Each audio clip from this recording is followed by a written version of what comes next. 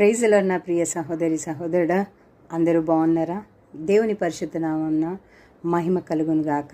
ఈరోజు వాక్యాన్ని ధ్యానించుకున్నట్లయితే ఇర్మియా గ్రంథం 17వ అధ్యాయం 7వ వచనం. యెహోవాను నమ్ముకొనివాడు ధన్యుడు, యెహోవా వానికి ఆశ్రయముగా ఉండును. వాడు జలముల యొద్ద నాటబడిన చెట్టు వలె నుండును, అది కాలువల యోరన దాని వేర్లు తన్నును. వెట్ట కలిగినను దానికి భయపడదు. దాని ఆకు పచ్చగా నుండును. వర్షం లేని సంవత్సరము చిగురు నొందదు, కాపు మానదు. దీన్ని బట్టి మనం అర్థం చేసుకోవాల్సింది ఏంటి అంటే, మనుషుల్ని నమ్మి మోసపోతామేమో, పరిస్థితుల్ని నమ్మి మోసపోతామేమో, కొన్నిసార్లు మనల్ని మనం నమ్ముకొని మోసపోయేటటువంటి పరిస్థితులు ఉంటాయి. కానీ మనం ఆశీర్వాదం పొందుతామేమో అన్న ఆశతోటి ప్రతి ఒక్కటి చేస్తాం. కానీ యెహోవాను నమ్ముకొని వాడు ధన్యుడు.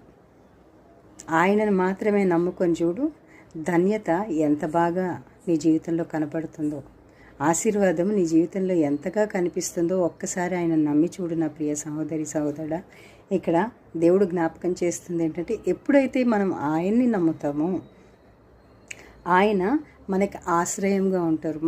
మనం ఏ పని చేసినా కూడా మనకి మంచి సలహాలు ఇచ్చి సహకరించే వారి దగ్గరికి పరిగెడతామా ఏదైనా సహాయం కావాలంటే? అదే రీతిగా వాళ్ళు ఒకానొక టైంలో సహాయం చేస్తారో లేదో, కానీ నువ్వు నమ్ముకున్న నీ దేవుడు మాత్రము ఖచ్చితమైనటువంటి సహాయం చేస్తాడు అని ఈరోజు దేవుడు మనకి జ్ఞాపకం చేస్తూ ఏమంటున్నాడంటే, యెహోవా వానికి ఆశ్రయముగా నుండును. మనకి ఎప్పుడైతే ఆయన మీద ఆధారపడతామో మన ఆశ్రయ దుర్గంగా ఆయన నుండి సహాయం చేస్తాడంట.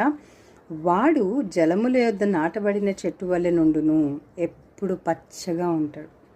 అది కాలువను ఓరను దాని వేళ్ళు తన్నును. అంటే ఒక దగ్గర ఆగిపోకుండా ప్రతి విషయంలోనూ వాళ్ళు దీవించబడుతూ ఉంటారు.